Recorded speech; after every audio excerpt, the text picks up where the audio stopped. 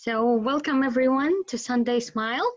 My name is Ibtihal Badawi and I'm expressionistic artist. I use my emotion to guide me to paint. Each painting is a journey I learn about myself and the world. And I paint to bring people together, and that's why I create Sunday Smile. And today we have a really special guest, Teresa. She's a nutritionist, and she will join us today. You can ask her any question. Teresa, can you introduce yourself, please? Sure. I'm Therezia Al-Shafati. I am a dietitian. I specialize in GI. I work primarily with inflammatory bowel disease over at UPMC. I also have my own practice, and I do nutrition coaching on the side for general nutrition, not necessarily focused on GI, but a lot of times those are also disorders that we work with. A lot of people have digestion issues. It's much more common than anyone ever thinks. And I also teach Zumba, although right now that's kind of on hold with everything that's going on. So I'm also Lebanese, and I speak Arabic as well. So that's a little summary.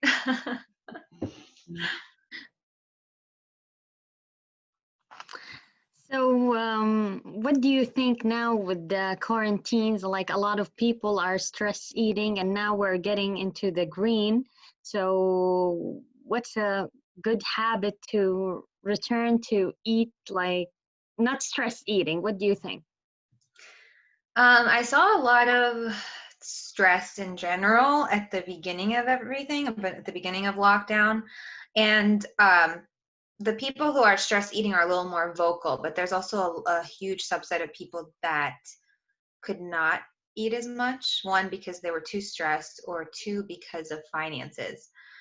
We saw a lot of food insecurity for a while, but that's not the population that's super vocal about it. That's not the population that reaches out to a dietitian. So it's something that I was checking on a lot.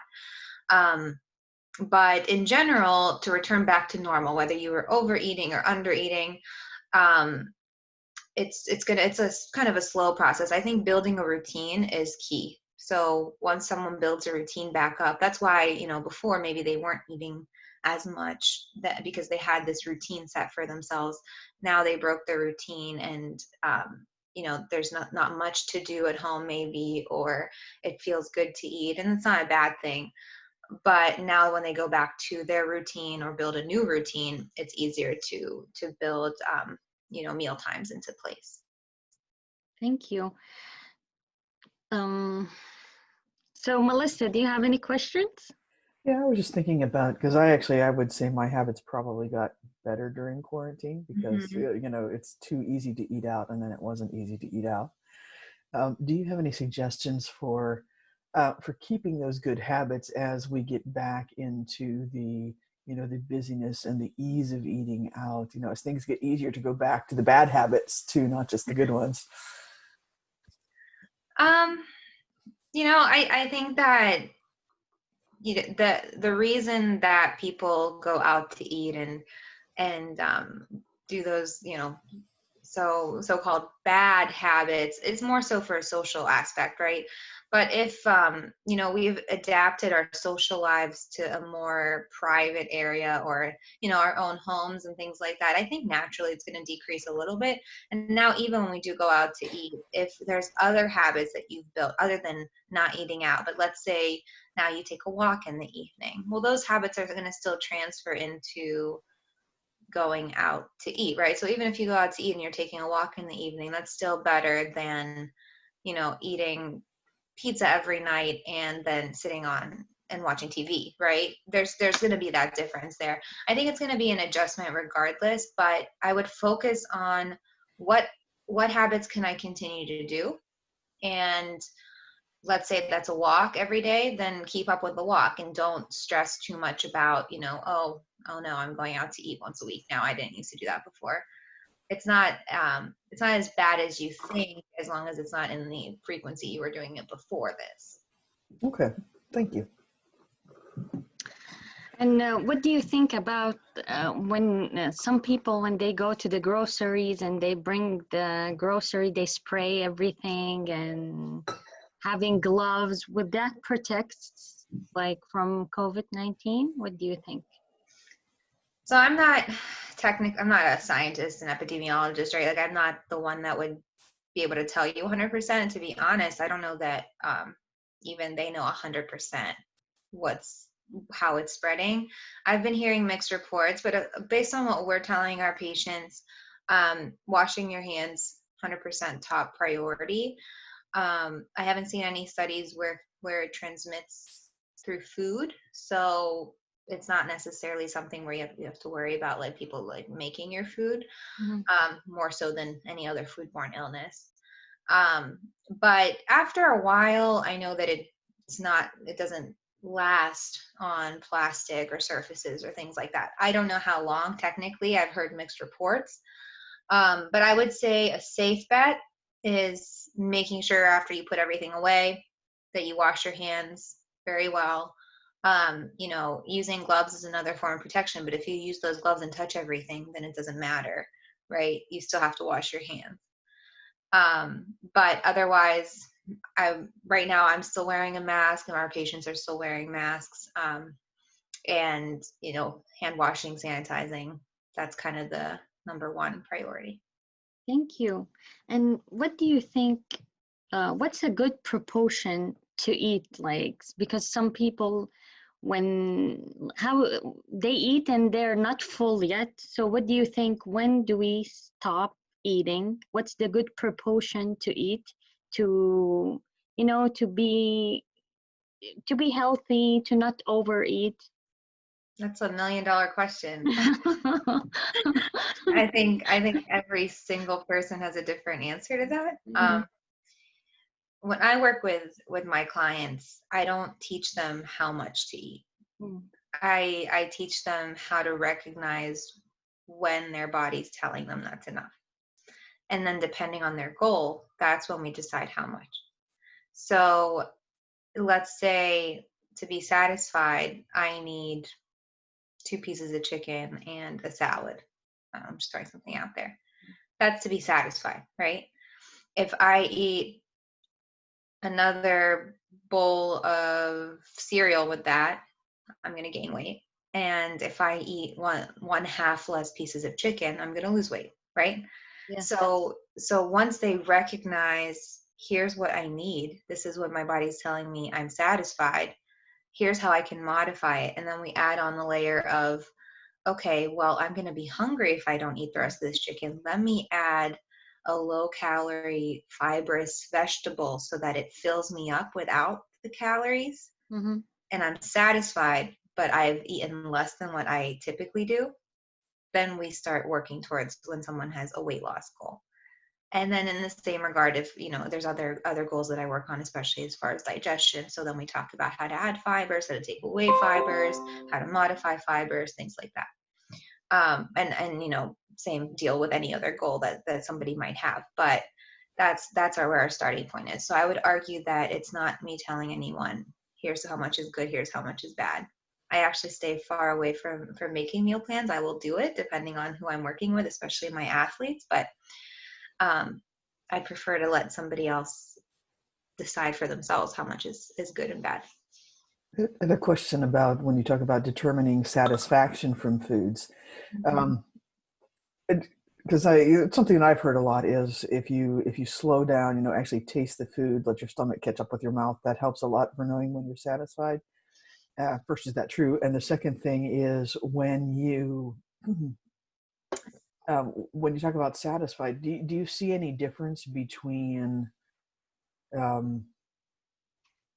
like with what you eat? Because a lot of times too, you mentioned the fibers and things, but sometimes if you go out and grab a fast food meal, for example, that doesn't have a lot of nutritional value, you're just not satisfied afterwards, and your stomach never catches up to your mouth because the meal just doesn't really have what your body was looking for.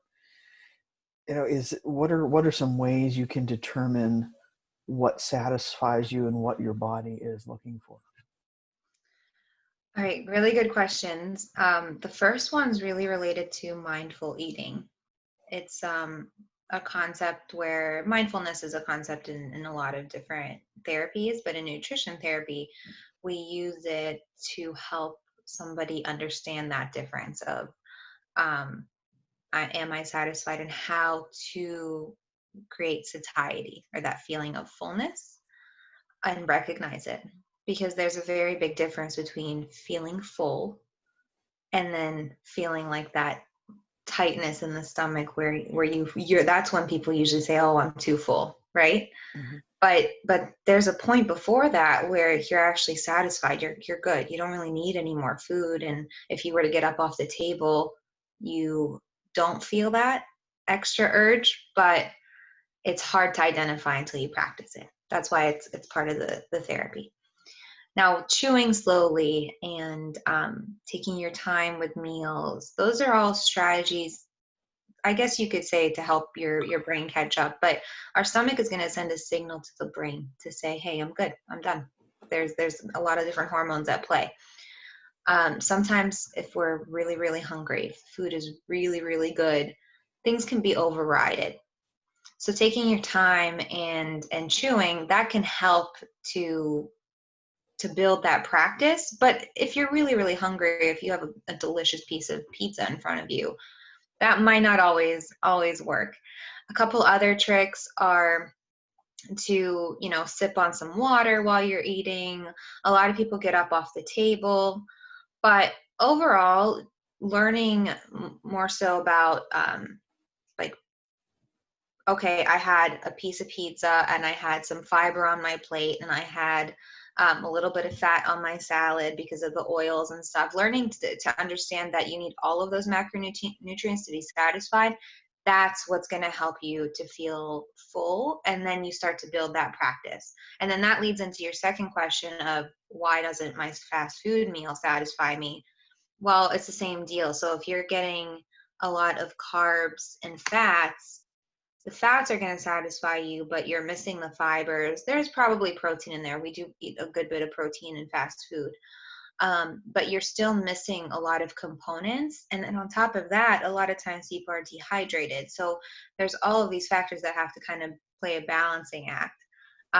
So I would say pick one thing and then stick to it, and for 1 week, and then build on that. So for example, if this week you're going to practice drinking 8 cups of water, stick to that and see how everything else goes, and then move on with building that and understanding your own cues, your own satiety cues.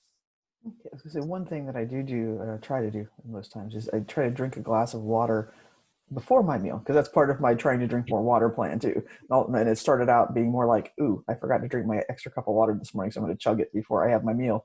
Does that affect the digestive process in any way, or is it fine?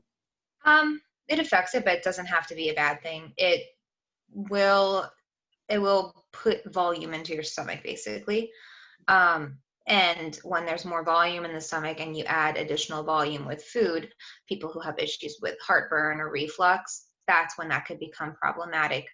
People who have any sort of inflammation that might lead to nausea, that's when that could become problematic. If you're not having any of those symptoms, and it helps you to control the portions that go in, it's fine. But otherwise, it's not like, I've heard a lot of things where, oh, that'll speed up your digestion.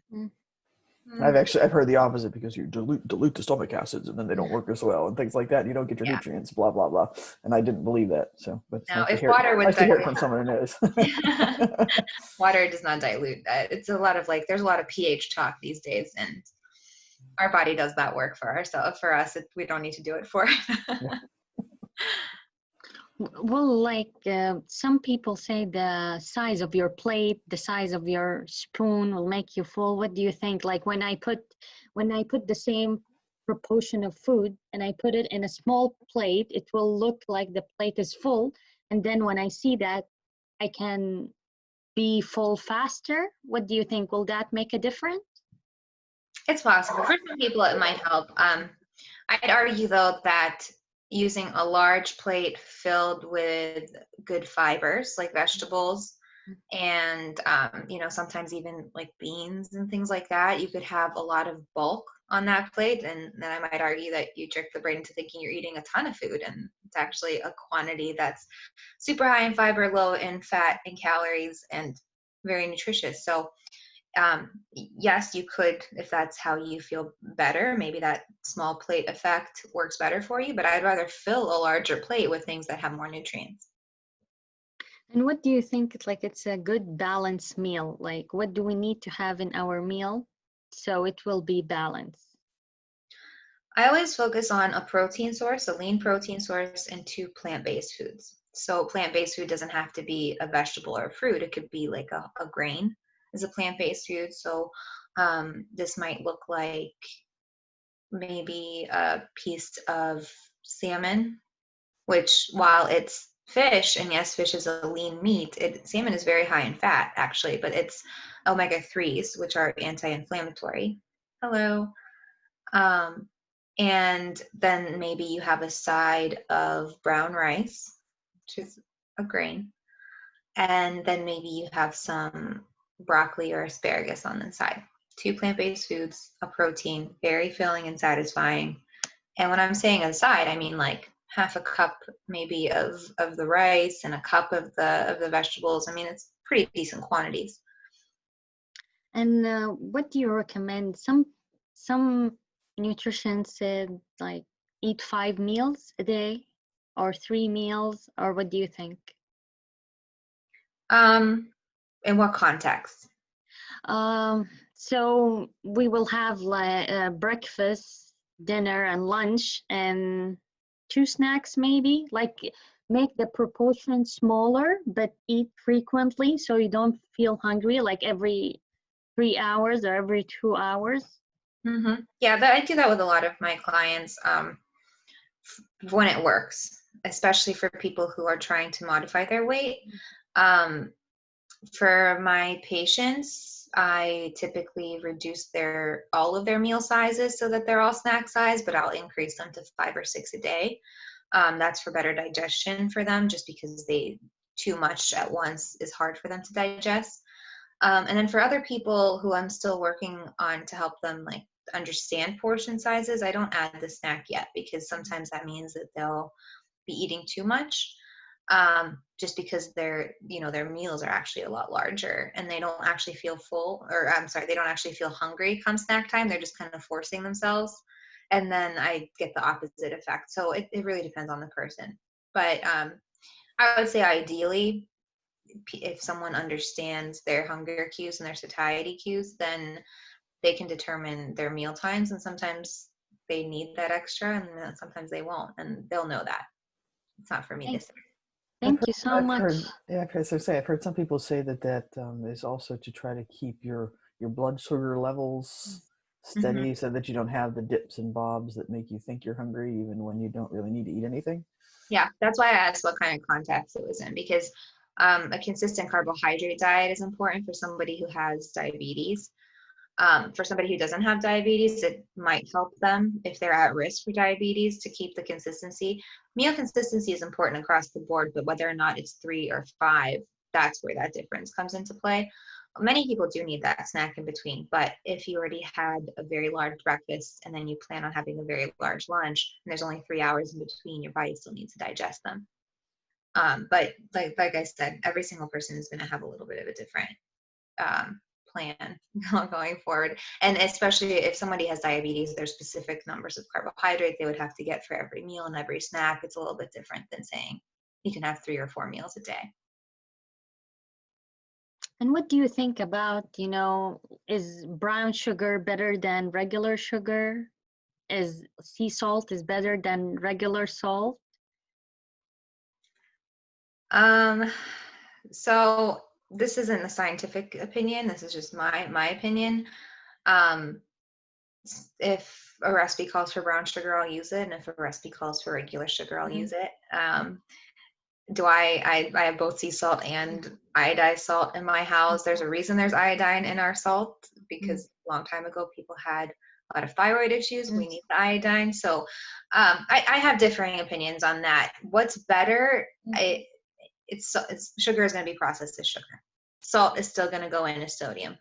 So if you have no issues with sugar and you're having it occasionally, you pick.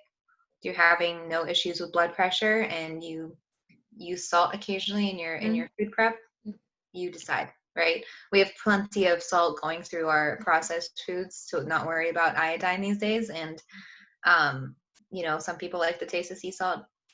I'm not too picky with all that. There's bigger issues to worry about. Thank you so much. Julie, do you have any question?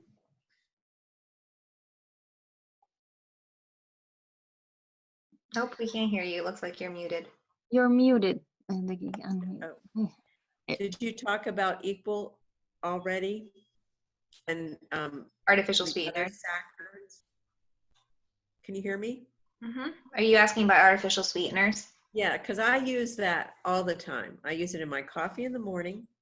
Then for my snack of yogurt and berries before I go to bed, I douse it with like a packet of sweetener, or I log cabin syrup with no sugar. You know, that's what I use. And I don't have diabetes. I mean, but still, it's a little bit up there, like 99-ish. So are you asking if it's a good thing or bad thing? Are you trying to modify it? No, nope. I'm just wondering if you like are one of those people that say this is like putting poison in your body, or is it okay?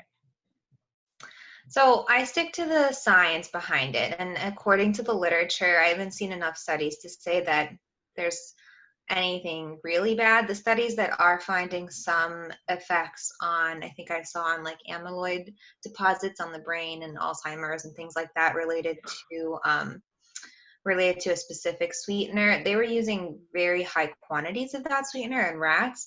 So it's hard for me to say that having, you know, a sip of Pepsi or Diet Pepsi is gonna cause the same effect. Some studies I am seeing though on the gut microbiome are suggesting that artificial sweeteners can modify the gut microbiome in a negative way. Nothing exclusive. I don't know which ones. I know that I have some patients who use sugar alcohols. So anything with that OL on the end in the sweetener, those alcohols are, for some reason, causing them to pull water into their digestive tract and causing diarrhea. Depends on the person. Not everyone has that effect, but some people do. So I would say from a digestive health perspective, I might encourage somebody to decrease how much sweetener that they use. But I'm not one of those people that says it's toxic. No, it's the same as I would discourage somebody from, you know, having too much red meat in their diet. It's more so for digestive reasons than anything else. I have 2 more questions. May I ask them? Yeah. Okay. Number 1, I eat like a half to a whole grapefruit a day, and is that true about the benefits of grapefruit? And then secondly, peanut butter is a comfort food for me, and sometimes I'll have it in the morning mix it in with my yogurt or whatever. So I have my 2 questions are your comments on grapefruit and peanut butter versus almond butter or the other types of butters, or there's that new butter that's with sesame seeds. What's that called? Sunshine butter. Sun butter? Yeah. So what's your opinion on the butters and the grapefruit? For grapefruit, I don't know that I can answer that. I mean, it has a lot of beneficial nutrients. As long as you're not taking a medication that doesn't allow for grapefruit, a lot of like the statins, which are for cholesterol. But otherwise, I mean, grapefruit has tons of phytonutrients, tons of vitamins, minerals, fiber. I would say if you enjoy it, that's fine. I don't have like a very strong opinion either way on it. Peanut butter, I love peanut butter. I think it's one of the best foods out there. I think it's also a dangerous food in quantity, but only because it's like anything else. Like peanuts in general are high in fat, and then peanut butter, depending on which one you're getting, is going to have some additives. So if you're getting an all natural peanut butter, all you got to worry about are the peanuts. It's just, you know, fats from the nuts. And once you're satisfied and you know when you know that is, you just stop eating it and it's fine. If you like almond butter, if you like cashew butter, if you like sun butter, all the same thing. It's basically considering yourself eating the nuts. It's just processed down so that it's creamy. That's it. I would say could be concerned about the additives more so. If there's added sugars, added added fats, added things like that. That's what I would look at more so than the actual nut butter. But what about as a protein for like vegetarians? Do any of the butters provide more protein, or they're pretty similar? They're pretty similar. Peanut butter, I believe, and almond butter are the highest.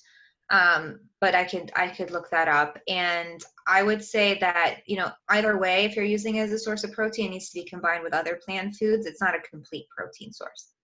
Okay. Thank you. You're welcome. Thank you, Teresa, so much. Anyone have any other questions? Thank you for joining us today. You're welcome. I have one more question. Okay. The craze about this Greek yogurt versus normal yogurt, is it really that beneficial to go for the Greek yogurt? Do you know about that? Yeah. Greek yogurt is higher in protein. So that's why it's very popular. It's also very dense.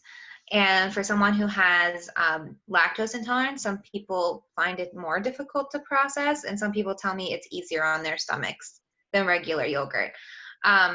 When you buy yogurt, I would make sure that it has some live cultures if you can. I don't know that all brands do, and I don't know that all Greek yogurts do. I haven't done a full look through all of the different brands out there now. I feel like there's a different one every day. But it's more, I'm sure you've tried both, but it's more tangy. The trick with yogurt is a lot of the prepackaged yogurts have all of the sugars on the bottom. So if you're, you like your yogurt like that, that's fine. If you don't mind the plain yogurt and can add your own toppings, that would be better. Okay, thank you very much. You're welcome. Thank you so much, Teresa. And I can give you her email, so maybe you can have a session with her. And also, she's an amazing Zumba instructor. I went to her class. She have a virtual Zumba class. I did that. It's amazing. So I can send you all her email, so you can maybe have a session. You can. Yeah. I do virtual coaching, so all of my sessions are through video right now. And if you're interested, my email is on Appetite of Mind, or if you can send it to her, that would be great. But my sessions, basically, we would talk and decide what your goals are, and then determine how many sessions you might need, or which package you might need. But it's in process too. I'm building the practice as well. So right now I don't accept insurance, but I can send my fee structure over. And depending on how it goes, hopefully I can start to accept insurance in the future as well. Thank you so much. Have a great day. And now we will do the art portion. Okay. Thank you so much, Teresa. You're welcome. Thank you. If you have Bye, a paper, everybody. Bye. If you have a paper and a pencil or colors, bring them so we can do the art part.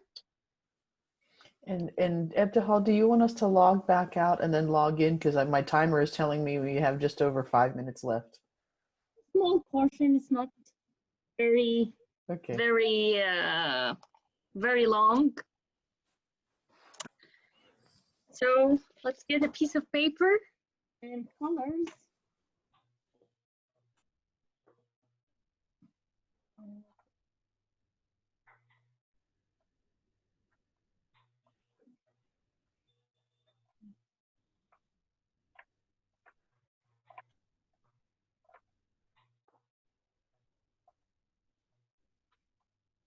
So today I want you to draw. What do you think of your strength? What brings you strength? What strengths for you? What is strength represent to you? This is my paper. So let's take deep couple of breath so we can focus. Inhale, hold it, and then exhale. Inhale, 1, 2, 3, 4. Hold it. 4, 1, 2, 3, 4. Exhale. 1, 2, 3, 4. Let's try to do that again. Inhale.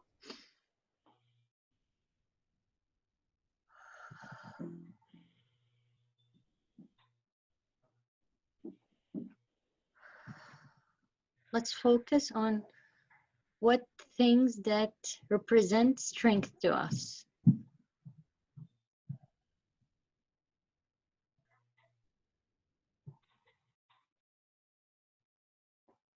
Let's try to imagine that. Inhale again. Hold it. Exhale.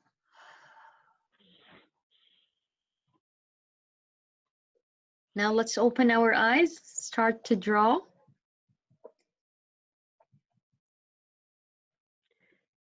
Eftihal, Mm.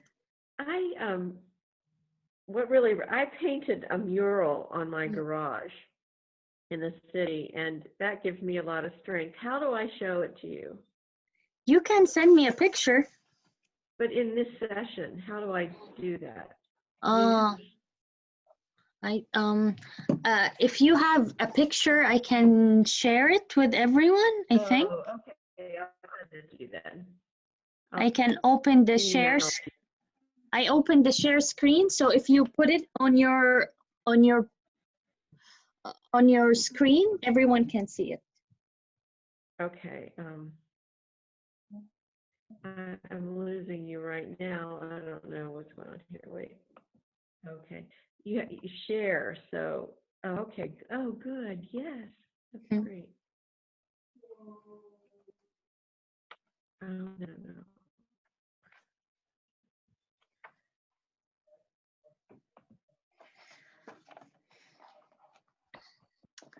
So think about your own strength. What are the colors, size, and shapes of strength? I'm going to ask you these questions so it can help you also when you draw. What is your signature strength?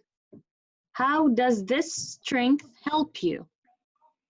How did you acquire this strength? Are there particular times when you use it, or do you use it most of the time?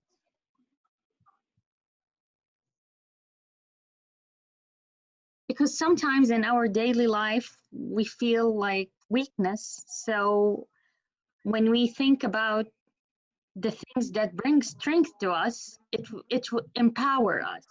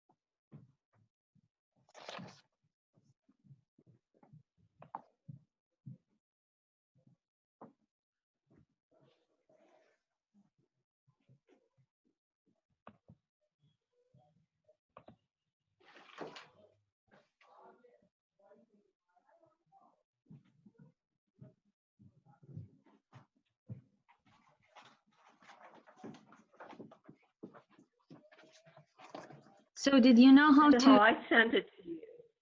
You send it to me? I sent you an email of the garage. Just, it really is a sign of my strength.